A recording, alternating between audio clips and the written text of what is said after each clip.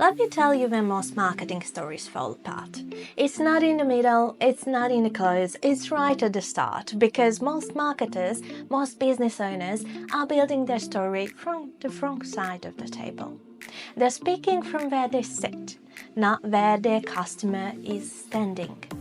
Let me show you why that kills conversion and how to fix it. Welcome back to my channel, my friend. Here is how most people build a campaign. They start with the product. Say they are selling cool sculpting. They list features. It's non-invasive, freezes fat cells, no downtime. Then they select that list based on what they think is important. And from that, they write the pitch. Sounds logical, right? It's also why the message isn't landing. Because it's seller first. Build from your priorities, not your buyer's pain. I had a client who ran a sustainable fashion brand. Beautiful quality, ethically made, built to last. Their marketing led with specs.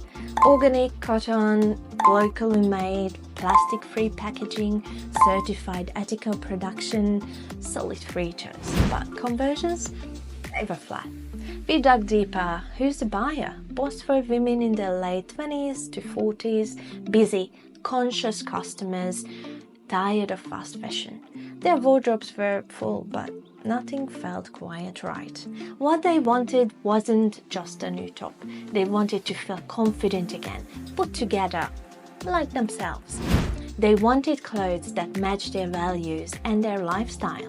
Pieces that felt like them, not like they were chasing a trend. So we rewrote the copy. This isn't just another shirt. It's the one you reach for when you need to feel like you. Effortless, flattering, made with purpose, and built to last more than one season. That hit. Because it wasn't about fabric. It was about identity, confidence, and finally feeling good in what you wear again. Same product, different story. And that's what started moving units. And it's not just small brands that messed this up. When Nestlé brought Proactive, they stripped it of everything that worked. Gone were the stories, the transformation, the emotion. In came boring product shots. Dermatologists tested, new formula, two-step systems. Technically true, emotionally flat. And it didn't convert because no one's buying a bottle. They're buying hope, relief, a way out. So when I see a campaign underperform, my first question is simple. Did we start with the product or with the buyer's pain? Because if we started with the product, we missed the point. People don't buy features, they buy outcomes. And I don't fix that by rewriting headlines. I fix it by working backwards, starting from the person, not the page. Here is what I ask instead. Who's the buyer? What are they afraid of? What do they want? Even if they won't say it out loud. Who do they trust? What do they believe about themselves? What makes them feel seen? Or what makes them feel dismissed?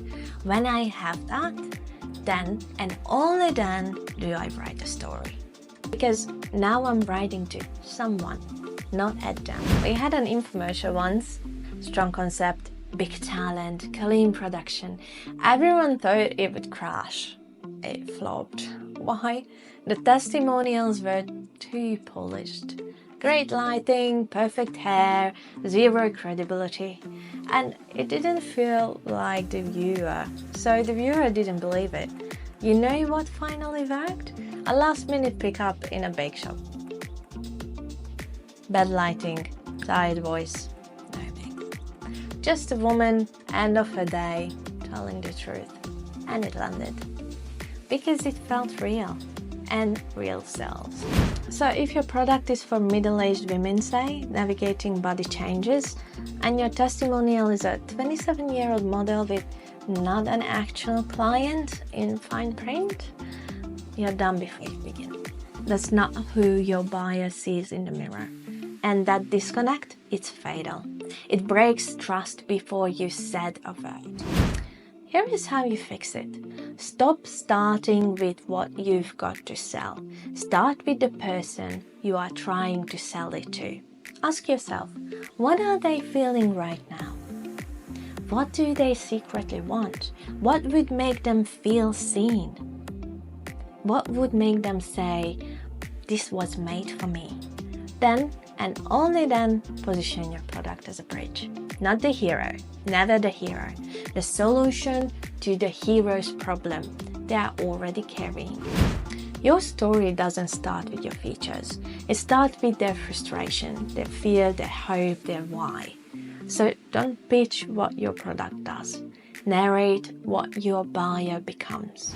If this helps shift the way you think about messaging, like, comment, subscribe, and share it with someone who's still leading with the product. And if you're ready to build a message that finally clicks, book a free strategy session with me.